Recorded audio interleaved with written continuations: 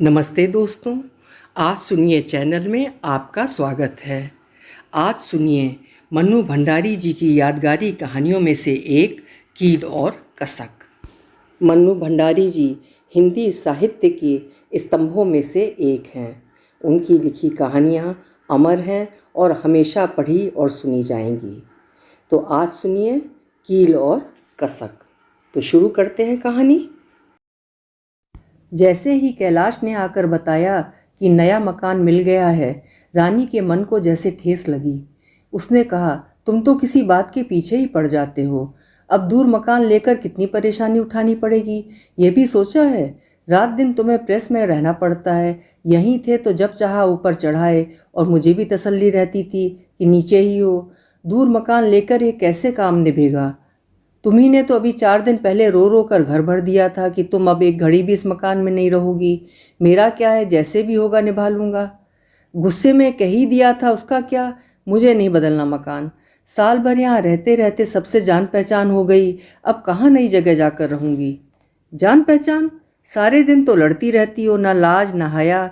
मेरी तो नाक कटवा कर रख दी तुमने। अब तुम लाख कहो, मैं एक दिन भी तुम्हें इस घर में नहीं रहने दूंगा। रानी रो पड़ी। मैं तुम्हारे हाथ जोड़ती हूँ, मुझे यहीं रहने दो। अब मुंह भी खोलूँ तो तुम्हारे सिर की कसम। मैं कह रहा हूँ, उठकर सामान बांधना शुरू करो। कल जैसे भी हो हमें नए मकान में चले जाना है। और कैलाश धड़धड़ाता हुआ नीचे चला गया। रानी का मन जाने कैसे अवसाद में डूब गया। वो पंखी लेकर चारपाई पे लेट गई। चाह कर भी सामान नहीं बांधा गया। सामने शेखर का कमरा था, वह उसी ओर देखती रही। परसों जो कुछ कांड हो गया, उसका परिणाम इतना भयंकर निकलेगा, ये जानती तो अपने मन को काबू में कर लेती। शेखर लाख बुरा हो फिर भी, और उसकी आंखें भीग गईं। आंसू भरी आंखों के आगे न जाने कितने धुंधले चित्र बिगड़ने लगे। साल भर पहले जब वो ब्याह कर इस घर में पहुंची थी, तो अरमानों की आंधियां उसके मन में मचल रही थीं। चढ़ती जवानी और चांद को शर्माने वाले रूप ने सुहाग रात की कल्पना को और अधिक चटकीला रूप दे दिया था। औरतों के बीच वो घिरी बैठी थी, पर मन उसका इस सारे कोलाहल को पार कर दोपहर की उबा देने वाली इस नीरस लंबी घड़ियों को पीछे छोड़ रात के उस मधिर पहर की ओर दौड़ दौड़ कर जाता था, जब कोई बड़े दुलार से उसका घूंघट हटाकर अपने रोम रोम को आंख बनकर उसके रूप को निहारेगा और प्रशंसा के पुल बांधकर दो अपरिचित हृदयों की दूरी के अस्तित्व को ही मिटा देगा। ये कल्पना यहाँ बैठे बैठे भी उसके गालों को सुर्ख बना देती और एक मादक सी सिहरन उसके सारे शरीर में दौड़ जाती। उसको लगता उसके अंग अंग जैसे बेकाबू हुआ जा रहा है। अपने पति की सूरत के 100 काल्पनिक नक्शे उसकी आंखों को के आगे दौड़ दौड़ जाते। कैसे होंगे वे? और प्रश्न के साथ ही वो कल्पना में डूबने उतराने लगती। जब बारात चढ़ी तो बड़ा मन हुआ था उसका कि सहेलियों के साथ वो भी छज्जे पर चढ़ के अपने प्रियतम की एक झलक तो देख ले, पर दादी बुआ के बीच घिरी वो वहाँ से हिल भी न सकी। उसकी उत्सुक आंखें लौटकर आई हुई सहेलियों पे टिक गईं, पर वो इतना कुछ न जान पाई जिसका सहारा लेकर मन के कौतूहल को मिटा पाती। हाँ, इतना उसने अवश्य सुना कि उसके पति काले हैं। दादी कह रही थी, अरे मर्दों का क्या रूप देखना, और फिर रंग का क्या, काला और गोरा। रानी खाने पीने की सार रखेगी तो रंग भी निखर आएगा। कमाबे तो 300 है, भाग जग गए रानी के, बस रानी बनकर ही रहेगी। फिर परिवार का टंटा नहीं। सास है तो गांव में, बस दोनों मौज करेंगे। और रानी बनकर मौज करने की इस कल्पना पर ही तो रह रहकर उसका मन थिरक रहा था। धीरे धीरे रस्म रिवाज, देखना दिखाना, खाना पीना, निंदा आलोचना का दौर समाप्त हुआ और घड़ी ने 10 बजा दिए। अपने कमरे में सजी संवरी रानी के मन का बिखरा बिखरा उल्लास प्रतीक्षा में बदल गया। हल्की से हल्की आहट पर भी उसका मन गुदगुदा उठता और नेत्र घूंघट के जीने आवरण को चीर कर कुछ खोजने लगते। करीब 11 बजे सास आई। अरे अभी तक नहीं आया कैलाश? हद करे ये भी। आज के दिन तो प्रेस का काम छोड़ दिया होता। विचित्र आदमी है, बड़ा ही साधु। अपने सुख आराम की तो इसे रत्ती भर भी परवाह नहीं है। लाओ मैं ही बुला लाऊं। और वे धीरे धीरे जीना उतरने लगीं। इस विचित्र आदमी के साधुत्व ने रानी के आक्रोश को इस हद तक बढ़ा दिया था कि उसकी इच्छा हो रही थी कि वो रो ले, पर तभी किसी ने कमरे में प्रवेश किया। रानी की पलकें झपक गईं, इस आशा से कि जल्दी ही कोई हौले से आकर उसका घूंघट हटा देगा और फिर वो अपने लाज भरे चेहरे को छिपाने के लिए बेसुध सी किसी के सीने का आश्रय ले लेगी। पर तभी एक रूखी कर्कश सी ध्वनि ने उसकी कल्पना के आवरण को बुरी तरह चीर डाला। इतनी देर जागने की कोई ज़रूरत नहीं थी, तुम्हें सो जाना चाहिए था। मेरा तो काम ही ऐसा है। आज भी माँ ज़बरदस्ती बुला लाई। अब सवेरे तक सारा काम खत्म ना हुआ तो मुसीबत हो जाएगी। और वो रानी के अस्तित्व को भूल कर सो गया। रानी को लगा वो अपने पास सोए इस आदमी का मुंह नोच ले, अपने बाल नोच ले, फूट फूट कर रो पड़े और आंसुओं से सारे घर को और नीचे ही निरंतर धड़ धड़ करने वाले इस प्रेस को डुबो दे। पर ऐसा कुछ भी नहीं हुआ और खामोशी से आंसू बहाते और सर्द आहें भरते भरते रानी सो गई। दूसरे दिन ही घर अपनी असली स्थिति में आ गया। बड़ा कमरा, जो उस घर का सबसे शानदार कमरा था, पड़ोसियों को लौटा दिया गया। विवाह के लिए वो मांग कर लिया गया था। 2 नौकर और एक महाराज, जो कल दौड़ दौड़ कर काम कर रहे थे, अपना अपना हिसाब लेकर चलते बने। रह गए घर में 3 प्राणी, एक कमरा, एक छोटी सी कोठरी और एक छोटी सी रसोई। घर के नीचे प्रेस थी और ऊपर के तल्ले में मकान मालिक रहते थे। बीच के तल्ले में 3 किराएदार रहते थे। सारा वातावरण काफ़ी घुटा घुटा सा था और प्रेस की लगातार धड़धड़ की आवाज़ एक अच्छे भले आदमी के सिर में दर्द पैदा करने के लिए पर्याप्त थी। सास खाना बनाने बैठी तो मजबूरन उस धुएं से घुटी रसोई में रानी को भी जाना पड़ा। एक बार के आग्रह से ही सास चूल्हा छोड़कर दरवाजे पर बैठकर बहू को घर के रंग ढंग से परिचित कराने लगीं, सारा कामकाज समझाने लगीं। उस अंधेरे चौक में देखने की सुविधा के विचार से रानी ने घूंघट कम कर दिया था। सास ने सबसे पहले उसी को लेकर आदेश दिया, सिर का पल्ला जरा नीचे रखा करो बहू, 50 तरह के लोग यहाँ आवे जावे हैं, फिर कैलाश को बेशर्मी पसंद भी नहीं। अब तुमसे घर का क्या छिपाना, कैलाश पर 12,000 का कर्जा है। जाने कैसी मनहूस घड़ी में ये कुकर्म हुए उससे। अब तो बेचारा रात दिन एक एक करके पैसा कमा रहा है, ना खाने की सुध ना पीने की। किसी तरह शादी करने को राजी नहीं होवे था। कौन एक प्राणी का खर्च बढ़ाए, पर मैंने ही जोर ज़बरदस्ती करके शादी करवा दी। आखिर कोई खाने पीने का ख्याल रखने वाला भी तो हो। मैं तो खाना बन गया अम्मा जी। अम्मा की बात का स्रोत टूट गया। एक अपरिचित को सामने देखकर रानी ने घूंघट और खींच लिया। हाँ हाँ बन गया, आओ बेटा बैठो। अब मैं 2-3 दिन में गांव चली जाऊंगी। तुम और तुम्हारी ये भाभी मिलकर कैलाश का ख्याल रखना, बड़ा विचित्र आदमी है। बहू एक थाली तो लगा दो, ये सामने वाले कमरे में रहे हैं और यहीं खावे हैं। रानी ने घूंघट में ही झांक कर देखा, एक सुंदर आकृति उसी की ओर देख रही है। वो अंदर ही अंदर सकुचा गई। उसे लगा सामने वाले पुरुष की आंखें जैसे उस घूंघट को चीरकर उसके चेहरे को निरख रही हैं। उसने थाली लगाकर सरका दी। अम्मा भाभी से कह दो मुझसे पर्दा ना करें।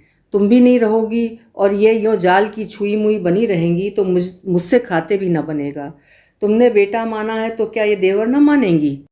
रानी को लगा कोई है जो उसका चेहरा देखने को व्याकुल है और एक अव्यक्त सी इच्छा उसकी रग रग में समा गई कि वो घूंघट उलटकर अपना चांद सा मुखड़ा उसके सामने कर दे। लेकिन वो वैसे ही रोटी बेलती रही। उसके सामने मुहासों और चेचक के दाग से भरा एक काला सा चेहरा उभर आया। उसके हाथ फिर शिथिल पड़ गए। खाना खाकर वो चला गया। अम्मा बोली, 25 रुपया महीना देवे है और दोनों समय खाना खावे है। अकेला जीव है, बड़ा भला, इसे ठीक से खिला दिया करो। कैलाश तो सदा ही काम में रहे है, सो यह कभी कदास काम भी कर दिया करेगा। 2 दिन बाद अम्मा चली गईं। रानी के लिए जिंदगी पहाड़ हो गई। वो अपने कमरे के दरवाजे पर पड़ी चिक पर खड़ी होकर देखा करती। ठीक सामने शेखर का कमरा था। ढेर किताबें, सब अस्त व्यस्त। शेखर को देखकर उसका मन कैसा कैसा होने लगता। खाना खाने जब वो आता तो बड़ा आग्रह करता घूंघट खोलने का, बड़ी प्रशंसा करता उसके खाने की। धीरे धीरे कब रानी का घूंघट खुल गया और खाने की प्रशंसा रूप की प्रशंसा में बदलकर उसके अतृप्त मन को तृप्त करने लगी, वो स्वयं ही नहीं जान पाई। कैलाश के स्वभाव की रुखाई को वो शेखर की सरसता के सहारे ही बर्दाश्त करने लगी। सवेरे शाम शेखर बाहर रहता और सारे दिन घर। धीरे धीरे वो अपने कमरे की अपेक्षा रानी के कमरे में रहने लगा। वह उसको अपनी कविताएं सुनाता, कहानियां सुनाता। रानी चाहे कुछ समझती या नहीं, पर शेखर की हर बात में बड़ा रस लेती। उस दिन सवेरे बड़ा शोर मच गया। अचानक नल बंद हो गए। सब लोग नीचे के नल पर पानी लेने को दौड़ पड़े, क्योंकि नीचे पानी 10 बजे तक ही आता था। रानी भी बाल्टी लेकर पानी भरने पहुंची। भरी बाल्टी लिए वो ऊपर चढ़ाई, पर जाने कैसे साड़ी पैर में उलझ गई और वो गिर पड़ी। बाल्टी से उसकी उंगली कट गई, खून बहने लगा। कैलाश प्रेस जाने के लिए नीचे उतर रहा था। एक तो उसे यूं ही देर हो गई थी, दूसरे रानी को इस प्रकार सबके बीच गिर पड़ना देखकर उसे क्रोध आ गया। झल्ला पड़ा वो, देख कर क्यों नहीं चलती हो? अब जाकर कपड़े बदलो, गीले कपड़े पहनकर यहाँ सबके सामने क्यों बैठी हो? और वो धड़धड़ाता हुआ उतर गया। उसके जाते ही शेखर आया, हाथ पकड़कर उठाया। खून देखते ही बोला, अरे ये क्या, तुमने तो अंगली काट ली। और झट जेब से रुमाल निकाल कर उसने बड़े दुलार से उसके हाथ में बांध दिया। प्रेम से बांधी गई उस गांठ में अनायास ही रानी का हृदय भी बंध गया। 24 घंटे प्रेस की मशीनों के बीच काम करते करते कैलाश स्वयं एक मशीन बन गया था, भावनाहीन, रसहीन। उसे न रानी में दिलचस्पी थी न घर में। कर्ज का भूत कोड़े लगा लगा कर उससे काम करवाता था। शहर में प्रदर्शनी हो रही थी। रानी ने कितनी ही बार कैलाश से कहा, एक दिन मुझे प्रदर्शनी ही दिखा लाओ, देखो ना पड़ोस की सारी औरतें देख आई हैं, तुम भी किसी के साथ चली जाती, मुझे तो समय नहीं है सैर सपाटों के लिए। वे कोई अकेली जाती हैं जो चली जाती, सब अपने अपने मर्दों के साथ जाती हैं। फिर कुछ रुककर बोली, तुम कहो तो शेखर के साथ चली जाऊं? दूसरी औरतों के मर्दों के साथ जाते तो तुम्हें अजीब लगता है, और शेखर के साथ अकेले जाते शर्म नहीं लगती? स्वर में कुछ तीखापन और आंखों में कुछ संदेह का भाव था, जिसने रानी के हृदय को मथ डाला। कैलाश के जाते ही वो फूट फूट कर रोने लगी। विवाह से लेकर आज तक वो अनेक प्रकार से अपने मन को समझाती आई है, पर आज उसका मन बुद्धि और तर्कों के जाल को तोड़कर पूरी शक्ति के साथ विद्रोह कर उठा। तभी उसने बालों पर किसी के स्नेहिल स्पर्श का अनुभव किया। क्या बात हुई भाभी, रो क्यों रही हो? पर रानी कुछ बता नहीं सकी, बस फूट फूट कर रोती रही। अपने अपमान, अपनी उपेक्षा की बात किस मुंह से वो कहती? शेखर ने अपनी जेब से अखबार में लिपटा कुछ निकाला और बोला, कल रात प्रदर्शनी देखने गया था, तुम्हारे लिए वहाँ से ये चूड़ियाँ और बिंदियाँ खरीद लाया हूँ। पर रानी थी कि रोती रही, आंसू जैसे थम ही नहीं रहे थे। गर्मी बढ़ चली थी। चूल्हे के पास बैठने से रानी के दोनों गाल लाल लाल सुर्ख हो गए थे। वो कमरे में बैठकर पंखी लेकर पसीना सुखा रही थी। तभी शेखर आया तो उसके गालों की सुर्खी देखकर वो एकटक उधर ही देखता रह गया। दिलो जान से इस दृष्टि का स्वागत करते हुए भी रानी ने कहा, यूँ क्या घूर रहे हो मुझे?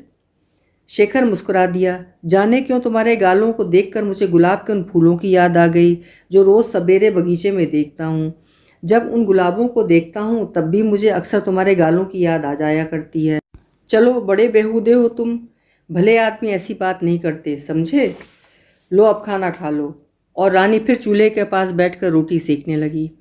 भाभी, तुम मेरे लिए रोटी बनाकर रख दिया करो, मेरे खाने का कोई समय ठीक नहीं, नाहक तुम चौका लिए बैठी रहती हो। कौन, मेरे पास बड़ा काम है, यूं ही तुम 3 रोटी खाते हो, ठंडी होगी तो शायद एक खा के उठ जाया करोगे। दोपहर में जब रानी अपने पड़ोसियों के पास बैठती तो उस बिल्डिंग के लोगों की टीका टिप्पणी ही उनका विषय होता। उस समय शेखर की प्रशंसा के पुल बांधते बांधते रानी अक्सर उस सीमा तक पहुंच जाती थी जहां पहुंचकर वो स्त्रियों के संदेह का कारण बन जाया करती थी। कैलाश को तो कुछ भी खबर नहीं रहती थी कि ऊपर क्या होता है, पर छोटी से छोटी बात में भी वो किसी बड़े रहस्य का उद्घाटन कर डालने को आतुर रहने वाला स्त्रियों का मन रानी और शेखर की घनिष्ठता से उदासीन न रह सका। पर बात अभी कानाफूसी तक ही सीमित थी, आम आलोचना का विषय नहीं बन पाई थी।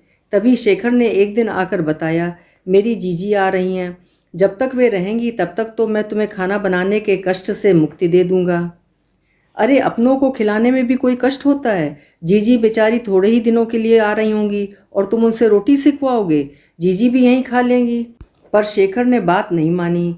कैलाश इस अतिरिक्त खर्चे को बर्दाश्त ना करता और जीजी किसी के घर खाना पसंद नहीं करती। जीजी आई तो शेखर ने बड़ी तारीफ करके अपनापन दिखाकर रानी का परिचय करवाया। रानी ने बड़े प्रेम और आदर से उनके पैर छुए, स्वागत किया। दोपहर को दोनों बातें करने बैठीं जो जीजी बोलीं, इस बार तो मैंने ऐसी लड़की ढूंढी है कि शेखर को हाँ करनी ही होगी। बड़ा परेशान कर डाला हमें तो इस शेखर ने। 70 गुण तो एक लड़की में मिलने से रहे, फिर आदमी अपनी औकात भी देखे। पढ़ी लिखी होगी तो वो तुम्हारे घर क्यों आएगी भला?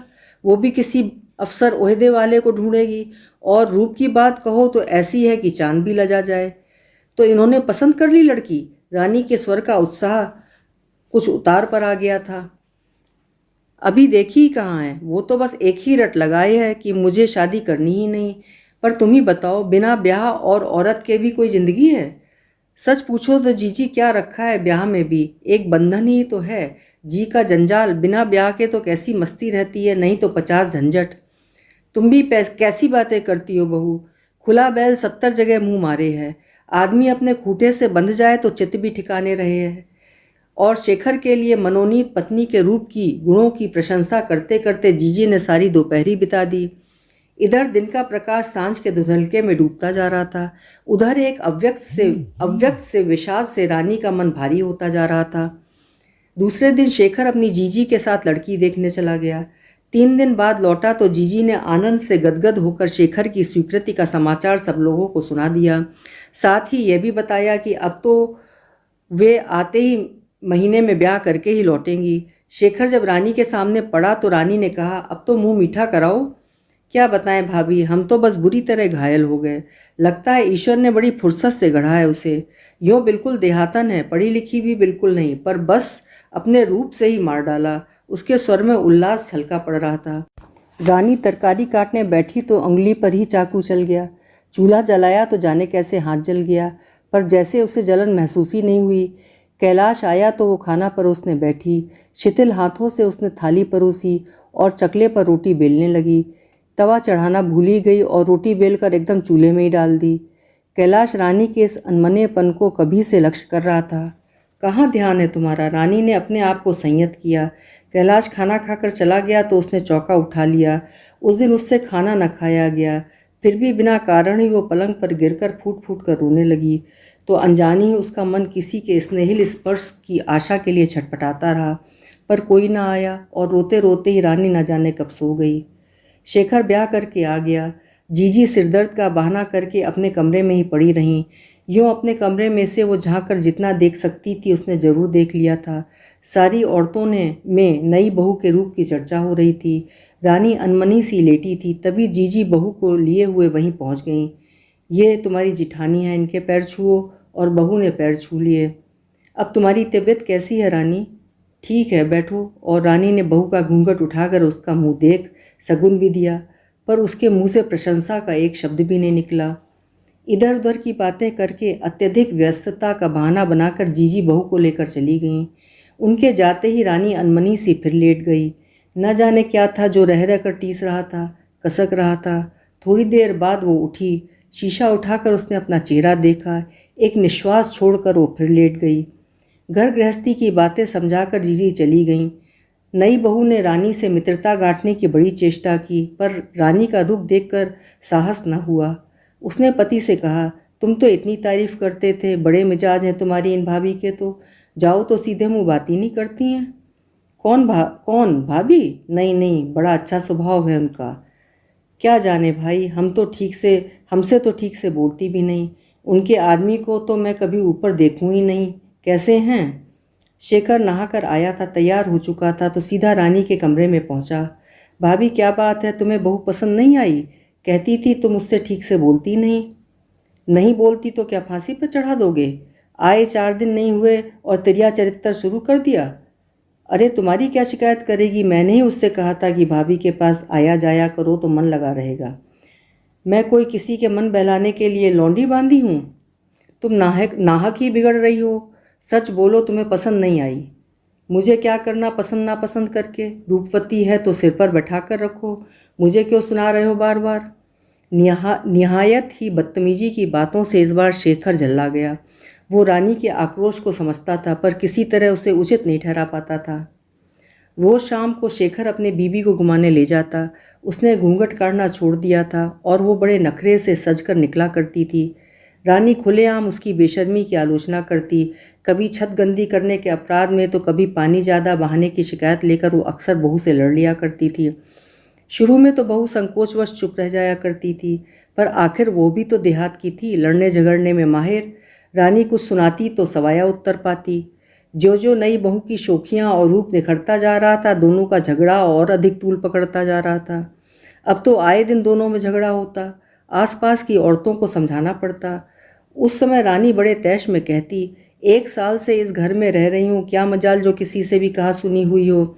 लड़ना झगड़ना मेरी तो आदत में ही नहीं है, पर नीचों के बीच में रहकर नीच बनना ही पड़ता है। नीच शब्द के आते ही फिर जो वाक युद्ध शुरू होता तो आंसुओं की अजस्र धाराओं में ही उसकी समाप्ति होती। कितनी ही बार शेखर घर में होता, पर ना तो वो एक शब्द ही बोलता न बाहर आता। ऐसी स्थिति में रानी स्वर को सप्तम पर ले जाकर कहती, भला करने का जमाना नहीं रहा। अरे साल भर तक रोटियां ठोक ठोक कर खिलाई हैं, उसकी कौन कहे। 4 दिन इसे आए हुए नहीं कि सब किए किराए पे पानी फिर गया। ऐसे नमक हराम भी नहीं देखे होंगे कहीं। पर शेखर फिर भी खामोश रहता। एक दिन कैलाश ने कहा, ये रोज़ रोज़ क्या महाभारत मचा रहता है घर में, कुछ लाज शर्म भी है या नहीं। तो मैं क्या करूं, कब तक किसी की सहूं। वो 4 दिन की ब्याही, उसे ही शर्म नहीं तो मुझे क्या पड़ी। तुम्हें तो सारा दोष मेरा ही दिखता है। दोष किसी का भी हो, तुम्हें मुंह खोलने की जरूरत नहीं है। पर इस चेतावनी के बाद भी रोज के महाभारत में कोई अंतर न पड़ता। पड़ोस की औरतों का पक्ष अपनी ओर करने के लिए उसके पास एक ही दलील थी कि उसने शेखर को इतने दिन रोटियां खिलाईं, और जब पक्ष का बहुमत उसकी ओर हो जाता तो सब एकमत होकर कह देती कि शेखर जैसे स्वार्थी आदमी इस दुनिया में ढूंढे से शायद ही मिले। तो रानी तत्काल ही कह देती, अरे शेखर तो ऐसा बुरा आदमी नहीं, पर यह जब से चुड़ैल का पैर इस घर में पड़ा है उसकी भी मति भ्रष्ट हो गई। नहीं तो साल भर मेरे साथ रहा, क्या मजाल की कभी जरा सी भी बेअदबी की हो। पर अब देखो कैसा बदल गया। हर बहू गालियां बके तो अंदर बैठा गटर गटर सुनता रहे। ये नहीं होवे कि झोंटा पकड़ के 2 दोहल जमा दे। इस प्रकार की चकचक बहू से रोजी हुआ करती, पर परसों वो शेखर से ही उलझ गई। उस दिन हवा प्रायः बंद थी और उमस ऐसी कि दम घुटा जा रहा था। रानी छत पर खटिया डालकर पंखे से हवा करते जैसे तैसे अपने झुलसते हुए शरीर को शांत करने का असफल प्रयास कर रही थी। तभी शेखर अपने पीछे एक कोयले वाले को लेकर ऊपर आया और छत के कोने की ओर इंगित करके कोयला रखने को कहा। यह सुनते ही रानी भभक उठी। छत साजे की है, यहाँ किसी का कोयला गोबर मिट्टी नहीं रहेगा, मैं अभी से कह देती हूँ। शेखर खामोश रहा। उसने कोयले वाले का हिसाब साफ करने के लिए पैसे निकाले और गिनने लगा। कान नहीं है क्या, मैं कह रही हूँ कि छत पर कोयले नहीं रहेंगे। गर्मी के दिन है, सब सोते बैठते हैं, यह कोई कोयले रखने की जगह है भला। छत साजे की है, हम अपने हिस्से में चाहे जो भी करें, किसी को इससे क्या मतलब। और उसने कोयले वाले का हिसाब साफ कर दिया। रानी का क्रोध जो गर्मी के कारण कब से उबल रहा था, इस बात को सुनते ही फट पड़ा। मैं कहती हूँ कोयले यहाँ नहीं रहेंगे। और उसने जाते जाते हुए कोयले वाले को आदेश दिया कि बोरी हटा दे। कोयले वाला बेचारा असमंजस में पड़ गया। मेरा मुंह क्या देख रहा है, जाकर बोरी को रसोई में पटका, कोयले यहाँ नहीं रहेंगे। शेखर इस प्रकार के झगड़ों में शायद कभी भाग नहीं लेता, पर जब रानी ने बोरी में से कोयले निकाल निकाल कर फेंकने आरंभ किए और अनाप शनाप बकना शुरू किया तो उसे मजबूरन बोलना पड़ा। हट जाओ यहाँ से, अपने हिस्से की छत पर रहो, नहीं तो हाथ पकड़ कर निकाल दूंगा। अब तो गजब हो गया। रानी गले की पूरी ताकत के साथ चिल्लाने लगी। उसने अपना हाथ शेखर के शरीर से एक प्रकार से सटा दिया। ले पकड़, पकड़ तो हाथ, ये हाथ पकड़ कर हटावेंगे। अब पकड़ता क्यों नहीं, असल मर्द का बच्चा है तो पकड़ कर ही दिखा दे। और वो हाथ को उसके शरीर से सटाए जा रही थी। शेखर अंदर चला गया, पर रानी की चीख पुकारों ने सारा अड़ोस पड़ोस को इकट्ठा कर लिया।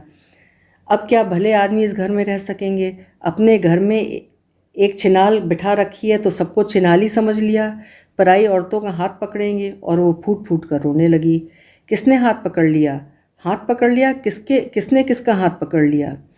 बड़े आए हाथ पकड़ने वाले, जरा पकड़ कर तो देखें। अब औरतों की तरह मुंह छिपाकर अंदर बैठ गए। जरा निकल कर हाथ पकड़े तो सही। आंसुओं से भीगा होने पर भी स्वर उसका बहुत तेज था। ऊपर खड़ी मालकिन भी तमाशा देख रही थी। उन्होंने रानी को बुलवाया। रानी रोती चीखती ऊपर चली गई। क्या शेखर ने तुम्हारा हाथ पकड़ लिया? नहीं, हाथ पकड़ तो कैसे ले, कोई तमाशा है। और फूट फूट कर रोने लगी। तब फिर ऐसे क्यों रो रही हो? कहा सुनी तो हो ही जाती है। पर रानी थी कि रोए चली जा रही थी।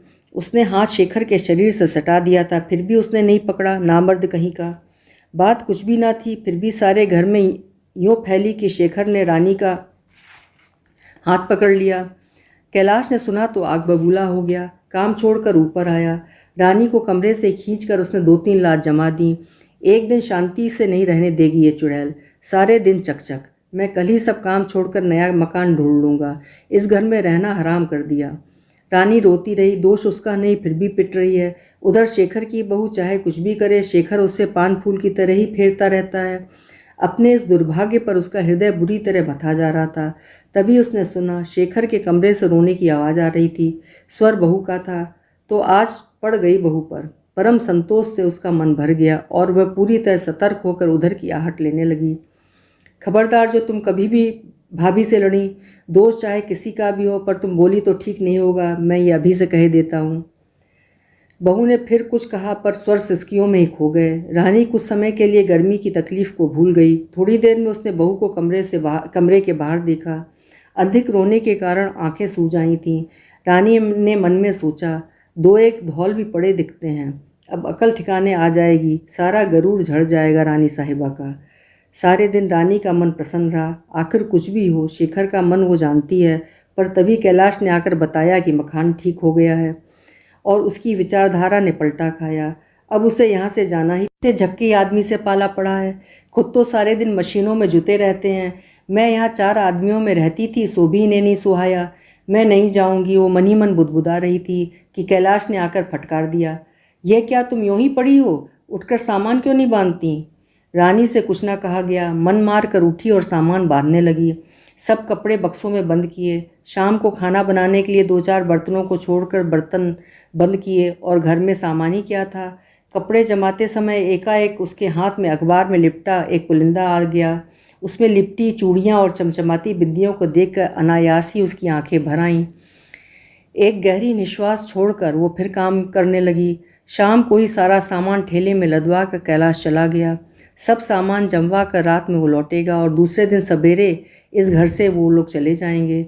घर छोड़ने की बात से ही रानी का कलेजा मुंह को आ रहा था। वो रो रो कर सबसे मिल आई थी। बस शेखर के यहाँ नहीं गई थी, वहाँ जाएगी भी नहीं। पर मन उसका बड़ा कर रहा था कि चली जाए। सवेरा हुआ, तांगा आया। भीगी आंखों से उसने सबसे विदा ली। सामने बहू खड़ी थी। उसकी आंखें शेखर को ढूंढ रही थी पर वो दिखा नहीं। बहू को देखते ही उसे लगा ये कमबख्त ही सब अनर्थों की जड़ है। उसका क्रोध भभक गया। जाते जाते भी उसको लक्ष्य करके बरस पड़ी। अब खूब फैल फैल कर रहना, सारे दिन नहान घर में घुसी रहना, सारी छत पर कोयले फैला कर रखना, कोई तुम्हें कुछ कहने नहीं आएगा। एक दिन चैन से नहीं रहने दिया। कह तो वो बहू से रही थी, पर बराबर उसकी आंखें कमरे पर पड़ी चिक के पार लगी थीं। जाने वो क्या चाह रही। तभी कैलाश का स्वर सुनाई पड़ा, अरे जल्दी करो, तांगे वाला चिल्ला रहा है। तकस्ते मन को लेकर रानी उतर पड़ी। आंखें इस समय भी उसकी भरी थीं और उससे भी ज़्यादा भरा था उसका मन। तांगे में एक कील निकल रही थी। रानी ने देखा नहीं और जाने कैसे पकड़ा कि कील उंगलियों में। हाथ खींचते ही खून बह आया। कैलाश ने देखा तो झल्ला उठा। कोई काम देख कर नहीं करती, और कुछ नहीं तो हाथ काट लिया। रानी एकटक अंगुली में बहते खून को देख रही थी और एक स्पष्ट सी तस्वीर उसकी आंखों के आगे उभर आई। अरे ये क्या, तुमने तो अंगुली काट ली भाभी। और चट से एक रुमाल बंध गया। मन का गुबार कहीं भयंकर उच्छ्वास में न फूट पड़े, इसलिए उसने जोर से अपने खून से सनी अंगुली को दांतों में दबा लिया। अब जरा सी लग ही गई तो यूँ रास्ते में रो क्यों रही हो? घर चलकर पट्टी बांध लेना। पर रानी रोती ही रही, रोती ही रही। अभी आप सुन रहे थे मन्नू भंडारी जी की एक भावपूर्ण कहानी कील और कसक। आशा है कहानी आपको पसंद आई होगी। फिर मिलेंगे। आपका समय शुभ हो, मंगलमय हो।